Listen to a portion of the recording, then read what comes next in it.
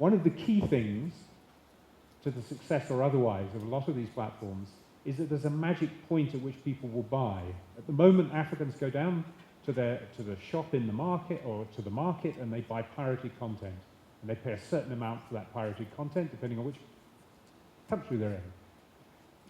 What do you think the magic number is in terms of how much people will pay on a monthly basis for content? And I'm just going to take very quick answers from each of you while everybody out there is having a think about it. Just to clarify our model again, it's free, but they're paying for the data. So when we started, it was 40 Rand an hour. With our technology, we can deliver 3 Rand an hour of viewing on an average data package. But then that's affordable. Pierre, imagine you're answering on behalf of Marie. What do you think people would afford on a monthly basis?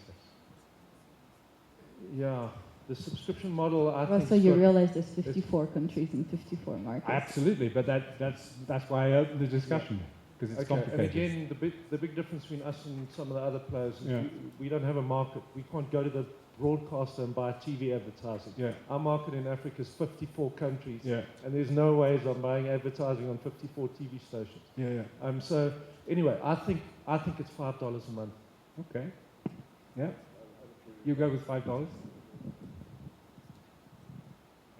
Again, I mean, how much are we willing to simplify? But I actually think there might not be a precise limit. Let's take Kenya. Everybody knows Kenya is a very specific case. But Kenyans spend an enormous amount of money on their phones, more than anything else. There was a study done recently, and Kenyan youth spend more on their phones than on any other item. So potentially there is not a lot of limit. It depends if they get what they want on it. I don't think there's that number, yes, no. I don't know, like somebody... It's a range, isn't it? But let's imagine you're a massive football fan, like so many are, and we don't do sports, but that's a very big opportunity. And then they have this service that works perfectly because it's streaming on 2 and 2, and it goes fast like that, and that they have everything at the tip of their finger. I think people would pay crazy money for this. You know, some people would just be on it all the time. So I don't think there's a limit. Okay. I think there's a different way of looking at it. And I think we have to be maybe more creative than just saying it's $5 or $4.99, what would be the marketing speak. I think what happens is I like to work backwards. I like to turn around and say at the moment, piracy is a big problem, as it is in many countries. People are getting it for nothing. We have to convert those people to getting into the concept and the mindset of paying for things. Online, historically, people are used to paying nothing.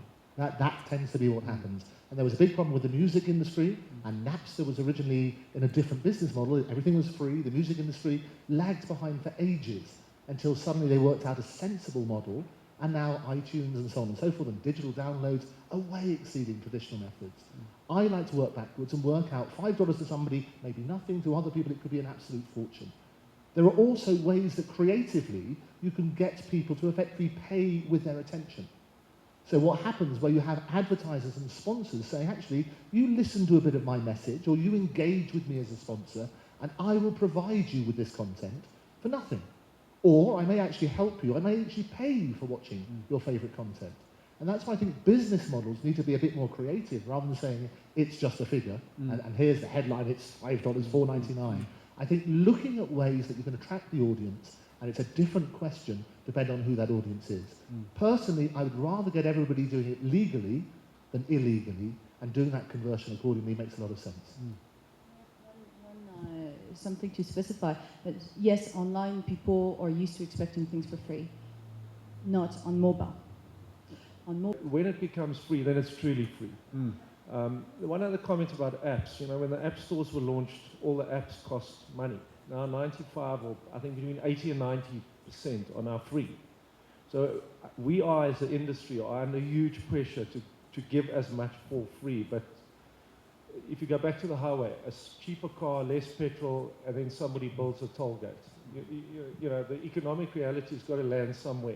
Yeah, I agree. My suspicion is, and it may not be well founded, but is that the benchmark price will be somewhere in the pirate market. Piracy is about markets that can't express themselves at the right price and at the right time.